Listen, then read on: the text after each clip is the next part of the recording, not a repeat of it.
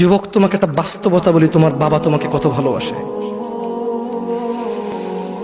তোমার বাবার বয়স ৩৫। ২০ বছর বয়সে বিদেশ গিয়েছিল, তোমাদের ঘর ছিল না।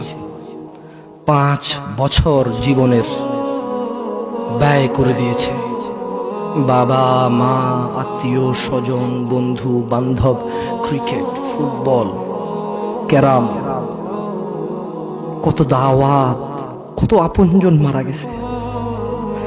সব ব্যয় করে ২৫ বছর বয়সে দেশে এসে বিয়ে করেছে ঘর দিয়ে তোমার মাকে।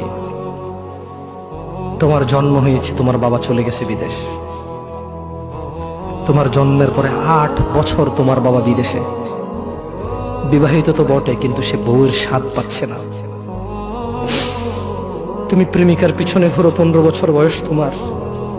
২০ বছর ২২ বছরে বাইক লাগবে তোমার। তোমার বাবা বিয়ে করা সত্ত্বেও সে তার যৌবন কাটাতে পারেনি তার বউয়ের সাথে, মানে তোমার মায়ের সাথে, তোমার জামা কাপড়ের ব্যবস্থার জন্য। তুমি বুঝো যুবক, তোমার বাবার বয়স এখন ৪০। সে তোমার মার কাছে আসলে আর অনুভূতি নেই, তার শক্তি কমে গেছে।